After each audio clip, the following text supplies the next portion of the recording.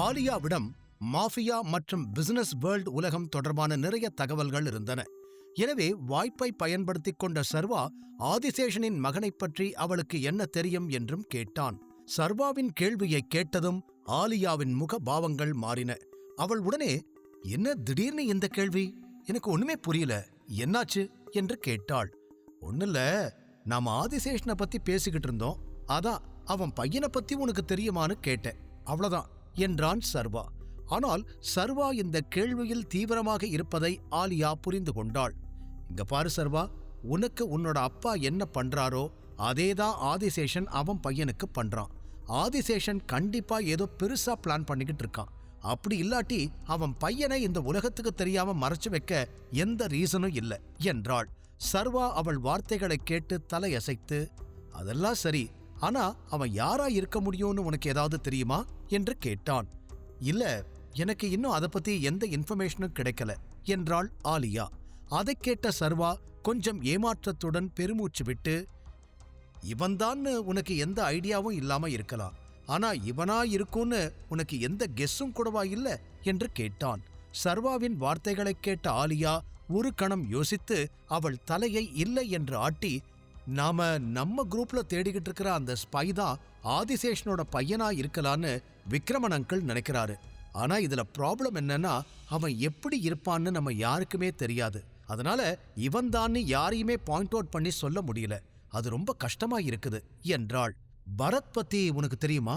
அவன் எப்படி இருப்பான், இல்ல எங்க இருப்பான்னு தெரியுமா என்று சர்வா கேட்க, பரத்தா, அது யாரு என்று ஆலியா குழப்பமடைந்தாள். அதை பார்த்த சர்வா சிரித்துக்கொண்டே, எங்க பாரு, இதனால தான் உங்களால ஆதிசேஷனோட பையனை இதுவரைக்கும் கண்டுபிடிக்க முடியல. நீங்க அவனோட பாருக்கோ இல்ல கிளப்புக்கோ போகாத வரைக்கும் உங்களால எதுவும் கண்டுபிடிக்க முடியாது என்றான். சர்வா என்ன சொல்கிறான் என்று ஆலியாவுக்கு புரியவில்லை. நீ என்ன சொல்ற சர்வா? எனக்கு ஒண்ணுமே புரியல.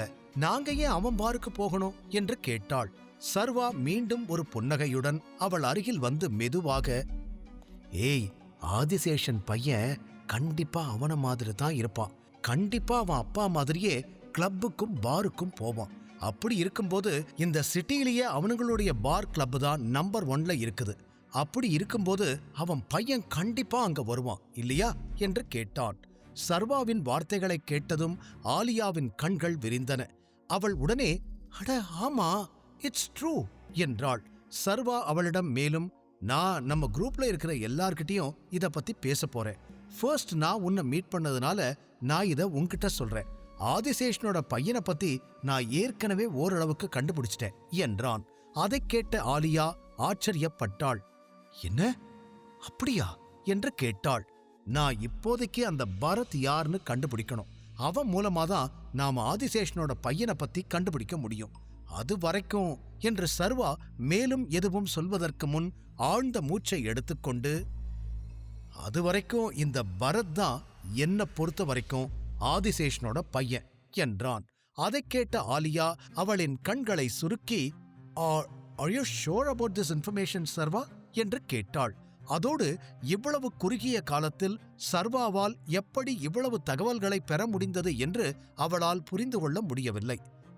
சர்வா அவளின் கேள்விக்கு நம்பிக்கையுடன் ஆமாம் என்று தலையசைத்தான். அதே நேரத்தில் அவனது போன் ரிங்காக ஆரம்பித்தது. சர்வா போனை எடுத்து பார்க்கும்போது அந்த கால் பாரதியிடமிருந்து வந்து கொண்டிருந்தது. போனை எடுத்த சர்வா, ஹலோ என்றான். குட்டி, நான் இப்ப உன்னோட கம்பெனிக்கு தான் வந்துகிட்டு இருக்கேன், நீ அங்கதானே இருக்க என்று பாரதி கேட்டாள். ஆமாமா, நான் இங்கதான் இருக்கேன், நீங்க வாங்க என்று சொல்லிவிட்டு சர்வா போனை வைத்துவிட்டு ஆலியாவிடம், இப்ப எனக்கு ஒரு முக்கியமான மீட்டிங் இருக்குது, நான் உடனே போகணும் என்றான். சரி, அப்போ நாம அடுத்த மீட்டிங்ல மீட் பண்ணுவோம் என்றாள் ஆலியா. அதைத் தொடர்ந்து ஆலியா சர்வாவை அவனது ஆபீஸில் டிராப் பண்ணிவிட்டு அவளின் வீட்டிற்கு சென்று விட்டாள். சர்வா அவனது ரூமில் அமர்ந்திருந்த போது அவனது போன் ரிங் ஆனது. சர்வா போனை எடுத்ததும், சார், உங்களை பார்க்க ஒரு லேடி வந்திருக்காங்க, அவங்க பேரு பாரதின்னு சொல்லி உங்களை பார்க்கணும்னு சொல்றாங்க என்று தொலைபேசியின் மறுபக்கத்திலிருந்து திவ்யா சொன்னாள். அதற்கு சர்வா உடனே, எஸ், அவங்கள உடனே உள்ள அனுப்புங்க என்றான். சில நிமிடங்களுக்குள் சர்வாவின் ரூம் கதவை திறந்து பாரதி முகத்தில் புன்னகையுடன் உள்ளே வந்து, குட்டி, உன்னோட ஆபீஸ் ரொம்ப நல்லா இருக்குது என்றாள். பாரதியை பார்த்ததும் சர்வாவும் தனது சேரிலிருந்து எழுந்து, தேங்க்ஸ்மா, அப்புறம் ஷாப்பிங்லாம் எப்படி போச்சு? அங்க எந்த பிரச்சனையும் இல்லல்ல என்று கேட்டான். அதைக் கேட்ட பாரதி மூச்சு விடாமல் சிரித்துக் கொண்டே, எந்த பிரச்சனையும் இல்ல, ஆனா கொஞ்சம் டயர்டா இருக்குது. உன்னை பார்த்து பேசிட்டு வீட்டுக்கு போய் கொஞ்சம் ரெஸ்ட் எடுக்க போறேன் என்றாள். சர்வா ஒரு கணம் அவள் முகத்தில் இருந்த புன்னகையை பார்த்துவிட்டு, இன்னைக்குதான் ஃபர்ஸ்ட் டைம் நீங்க இவ்ளோ சந்தோஷமா இருக்கிறத நான் பார்க்கறேன். ஏதாவது ஒண்ணு கண்டிப்பா ஸ்பெஷலா நடந்திருக்குது இல்லையா? என்னன்னு சொல்லுங்க என்று கேட்டான். அதற்கு பாரதி ஆமாம் என்று தலையசைத்து அங்கிருந்த ஒரு சேரில் அமர்ந்து கொண்டே, காட்டு பூக்கள் எல்லாமே கண்டுபிடிச்சிட்டோம். அப்புறம் அது கூட இன்னும் நிறைய பொருள்களையும் கண்டுபிடிச்சிட்டோம். ஆனா நமக்கு இன்னும் கொஞ்சம் வேணும். அப்புறம் சில பொருட்களை நாம இம்போர்ட் பண்ற மாதிரி இருக்குது. ஆனா அதையெல்லாம் ஆர்டர் பண்ண என்கிட்ட பணம் இல்ல என்றாள். அதை கேட்டவுடனே சர்வா அவன் மனதுக்குள் வருத்தப்பட்டான். சர்வா பாரதிக்கு தேவையான எல்லாவற்றையும் கிட்டத்தட்ட செய்து முடித்து விட்டான். ஆனால் அவளிடம் நேரடியாக பணம் கொடுக்க மறந்துவிட்டான். பணத்தை டிரான்ஸ்ஃபர் பண்ண உடனே அவனது போனை எடுத்தான்.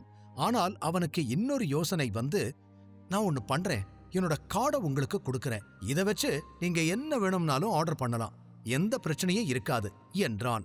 அதை கேட்ட பாரதி புன்னகையுடன் தலையசைத்துவிட்டு, அதெல்லாம் ஓகே குட்டி.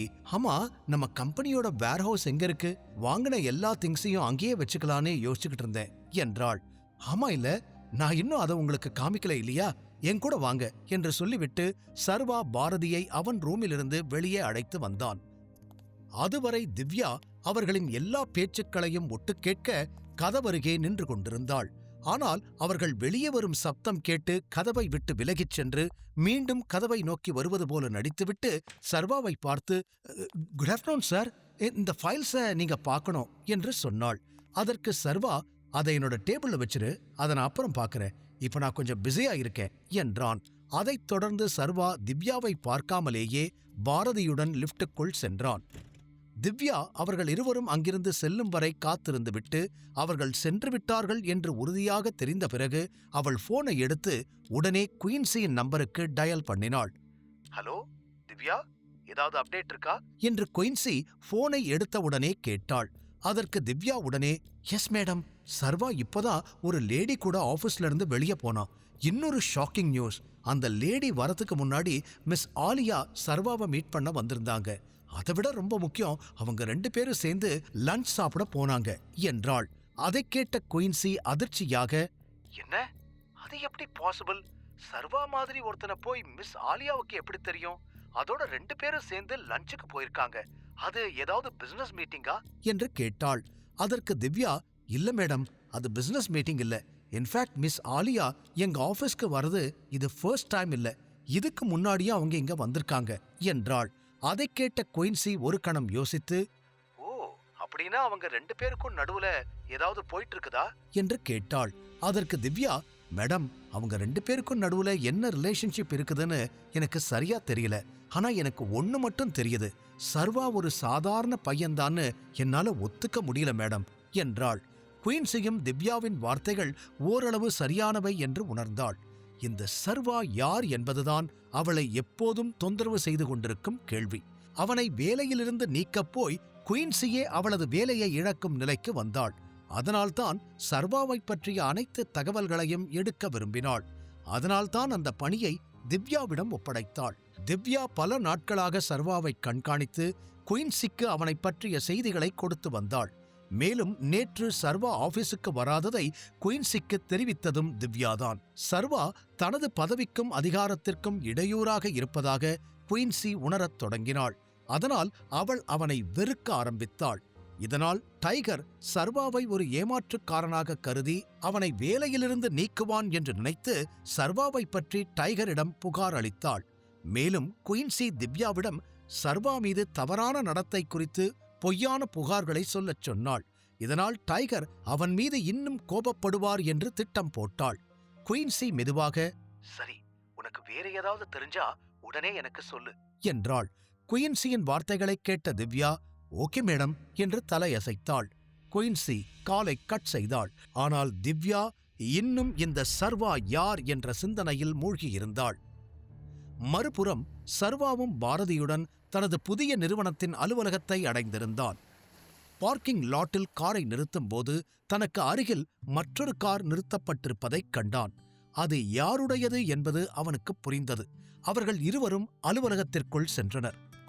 அங்கு இந்து தனது மேசையில் அமர்ந்து சில லிஸ்டுகளை ரெடி பண்ணிக் கொண்டிருந்தாள். சர்வா இந்துவை நெருங்கி ஹலோ என்றான். இந்து மேலே நிமிர்ந்தாள். சர்வாவை அங்கே பார்த்ததும் உடனடியாக எழுந்து நின்று சார், நீங்க குட் ஆஃப்டர்நூன் சார் என்று சொன்னாள். அதற்கு சர்வா தலையை ஆட்டியபடி குட் ஆஃப்டர்நூன் என்றான். சார், இவங்க என்று இந்து சர்வாவிடம் பாரதியை பார்த்து கேட்டாள். சர்வா ஒரு கணம் அவர்களை ஒருவருக்கொருவர் அறிமுகப்படுத்த இங்கே வந்ததை மறந்துவிட்டான். பிறகு எஸ், மீட் மிஸ்ஸஸ் பாரதி. இவங்க தான் நம்மளோட கிரியேட்டிவ் மேனேஜர். இவங்களோட சூப்பர்விஷனுக்கு கீழே தான் நம்மளோட கிரீம் ப்ரொடக்ஷன் எல்லாம் இருக்க போகுது. ஒரு மீட்டிங் அரேஞ்ச் பண்ணி எல்லாருக்கும் இவங்க யாருன்னு சொல்லிருங்க. அது மூலமா இவங்க யாருன்னு அவங்க எல்லாரும் தெரிஞ்சுக்கிட்டோம். அப்புறம் எஸ், இவங்க தான் என்னோட அம்மா. அதனால எனக்கு எந்த அளவுக்கு ரெஸ்பெக்ட் கொடுக்குறீங்களோ அதே அளவு, முடிஞ்சா அதுக்கு மேல இவங்களுக்கு ரெஸ்பெக்ட் கொடுக்கணும். அதை நீங்க பாத்துக்கோங்க என்றான். சர்வாவின் வார்த்தைகளை கேட்டு இந்து ஆச்சரியப்பட்டாள். அவள் உடனே பாரதியை புன்னகையுடன் பார்த்து welcome madam, nice to meet you என்றாள். அதற்கு பாரதி தேங்க்யூ இந்து. அப்புறம் நம்மளோட வேர்ஹவுஸ் எங்க இருக்குதுன்னு நீ சொன்னா நம்மளோட எல்லா இன்கிரீடியன்ஸையும் நாம அங்க ஸ்டோர் பண்ண சொல்லிடலாம் என்றாள். அதை கேட்ட இந்து பாரதியின் குணத்தை பார்த்து கொஞ்சம் ஆச்சரியப்பட்டாள்.